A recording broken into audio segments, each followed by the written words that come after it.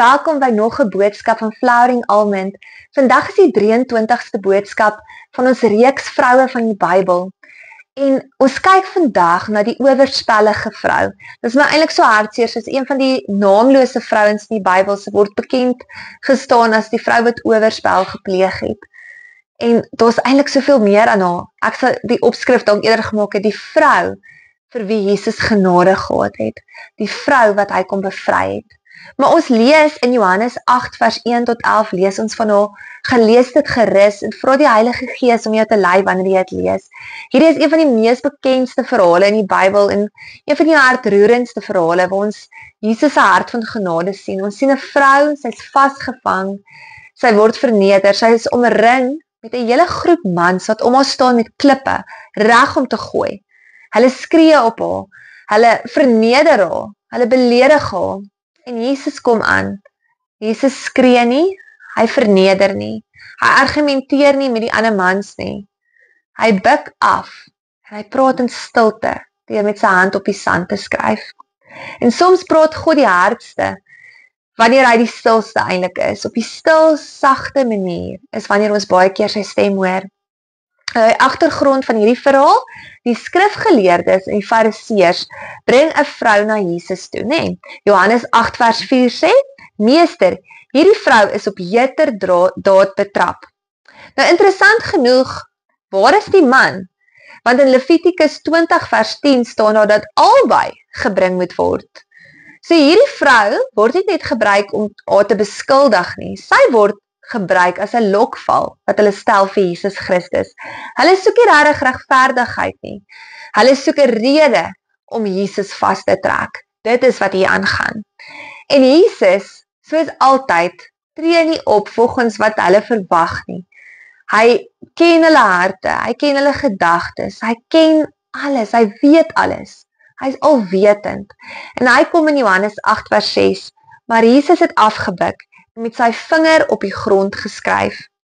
Die Bybel sê nie wat hy geskryf het nie. Daar is baie teologiese redenasies oor, party sê miskien het hy daai mans, die fariseërs se sondes begin skryf. Hy kon dalk 'n profetiese woord begin skryf het, maar Jesus het in die sand geskryf. En hy het duidelik daar met hulle gepraat, want dit wat hy gesê het en dit wat hy in die sand geskryf het hulle stil gemaak. Nou, in Jeremia 17 vers 13 staan daar, hulle wat u verlaat, se name word in die stof geskryf. Die vinger van God herinner ons ook aan die 10 gebooie wat neergeskryf is. Of dalk is dit sonde wat neergepen is. Wat dit ook al was, dit het die gewete van hierdie mans wat met die klippe gestaan het, wakker gemaak. Johannes 8 vers 7 sê Jesus, laat die een van julle wat sonder sonde is, die eerste klip gooi. Ewe skielik, kan julle dink, dis hierdie geraas, ja, jy, vroumens, jy's 'n slegte vrou, en hulle skree, en hulle gil, en heel, Jesus pik af, hy skryf in die sand, en ons skielike stilte, en die een klip na die volgende val, die een persoon na die volgende, draai om en loop weg, van die oudste af.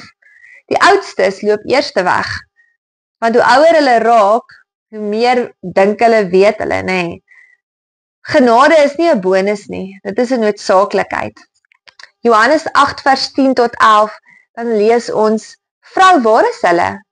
Het niemand jou veroordeel nie? En sy antwoord en sy sê, niemand, Here.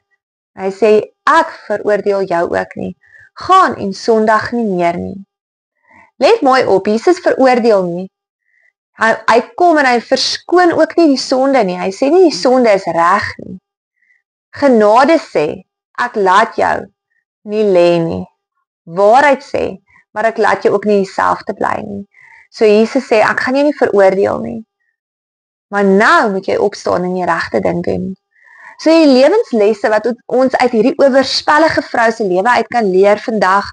Die eerste een is, ons is vinnig met klippe en ons is stadig met genade. Dis maklik om iemand se sonde raak te sien. Dis baie maklik om iemand anders, hoor mooi, iemand anders se sonde raak te sien as ons eie. Maar Jesus herinner ons sê, kyk eers in jou eie hande, voordat jy 'n klip optel en na iemand toe gooi. Waarmee hou ek en jy ons besig? Watter sonde doen ons? Of kyk ons net vas in ander se sonde en is ons die hele tyd besig om hulle te veroordeel? Die tweede les, Jesus skryf in die sand, nie in 'n klip nie. 'n Klip is permanent, sand is tydelik. Dit kan weggevee word. Die feit dat hy in die sand skryf, wys dat God se genade groter is as jou verlede. Hy kan in die sand skryf, maar dit kan weggewas word en hy kan jou kom vrymaak. Dit wat teen jou staan, kan weggewaai word en weggevee word. Die derde deel wat ons hieruit leer, jy is nie jou grootste fout nie. Hoor mooi, jy is nie jou grootste fout nie. Hierdie vrou word nie onthou net as die oorspellige vrou in Jesus se mond nie. Hy noem haar net vrou. Nie oorspellige vrou nie, vrou. So Jesus kom en hy herdefinieer mense. Die vierde les wat ons kan leer is, genade gee altyd 'n nuwe begin. Jesus sê, ek veroordeel jou ook nie. Dit is genade. Jesus die reg gehad om te oordeel. Maar hy sê ook, gaan en sondig nie meer nie. Dit is 'n roeping. Dit is wanneer ware genade 'n lewe verander, dan is dit 'n nuwe begin wat kom. Miskien staan jy vandag met klippe in jou hand teen ander mense, of jy is stikkend en bukkend in skaamte vir Jesus. Moeg vir mense wat jou oordeel, moeg vir woorde wat teen jou kom, moeg vir die ou mense en die ou lewe en jy weet nie meer hoe om daar uit te kom nie. Maar die goeie nuus is, Jesus staan tussen jou en jou beskuldigers. En hy skryf steeds in die sand. Kom ek en jy, tel nie klippe so maklik op nie. Kom ons wees nie die, wat die hele tyd ander veroordeel, die hele tyd op ander se keus is en sleg sê nie. Onthou, daar is iets anders om vir 'n broer in sy sonde reg te wys in liefde. As om rond te gaan en te skree en te jel, met te skinder en te sê, het julle nou weer gesien wat het daai gedoen? Daai is so. Hierdie persoon is daai. Laat val daai klippe. Want het jy gesondig? Sondig jy nog?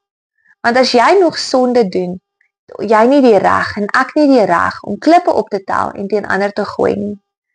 En as jy soos daai vrou in die sand lê en jy weet nie hoe om op te staan nie, vasgevang in sonde, vasgevang in jou verlede, dan is vandag die tyd waar Jesus sê, vrou, ek oordeel jou nie, maar gaan en sondig nie meer nie.